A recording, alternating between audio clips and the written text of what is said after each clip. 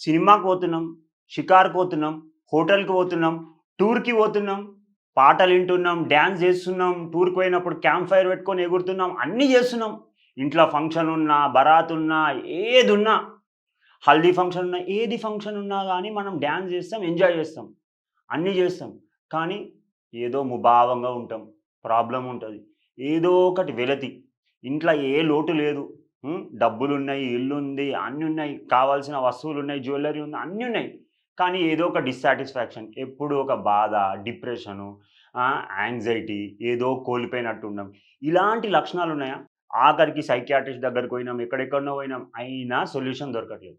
First ఒకటి గుర్తుపెట్టుకోండి. ఇలాంటి సమస్యలతోటి బాధపడుతుంటే డిప్రెషన్ అయినా, యాంగ్జైటీ అయినా, సంతోషం లేకపోవడం, ముభావంగా ఉండడం, ఫేస్ అంతా డల్‌గుండడం, ఎంత మంచి పని జేసినా, మంచి పాట పెట్టుకొని, చిరంజీవి పాట పెట్టుకొని డాన్స్ జేసినా గాని సంతోషం వస్తలేదు. క్యాంప్ ఫైర్ పెట్టుకున్నా సంతోషం వస్తలేదు.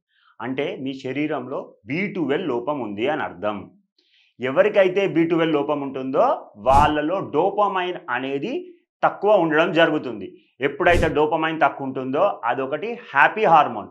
ఆటోమేటిక్‌గా మీకిలాంటి లక్షణాలతో బాధపడుతుంటారు. సో, బి12 లోపం ఉన్నా, డి లోపం ఉన్నా గానీ మనకు డిప్రెషన్ అనే సమస్యతో బాధపడుతుంటాము. దాంతో పాటు ఇవి తీసుకుంటూ హోమియోపతిలో చాలా మంచి మెడిసిన్స్ ఉన్నాయి. నాట్రమ్యూర్ అని, ఇగ్నిషియా అని చాలా మెడిసిన్స్. ఇట్లా చెప్పుకుంటూ పోతే చాలా మంచి మెడిసిన్స్ ఉన్నాయి. రూట్ కాజ్‌ని అడ్రెస్ చేస్తూ క్యూర్ చేయడం జరుగుతుంది. అప్పుడు ఇల్లంతా సందడి సందడిగా, హ్యాపీగా ఎంజాయ్ చేస్తూ మస్తీ మస్తీ ప్రతి ఇయర్ ఒక న్యూ ఇయర్ లాగా ఉంటుంది. ప్రతిరోజు హ్యాపీగా ఉంటుంది. సో, ఇలా చేయండి. ఇది చెక్ జేసుకోండి. క్యూర్ చేసుకోండి. Thank you.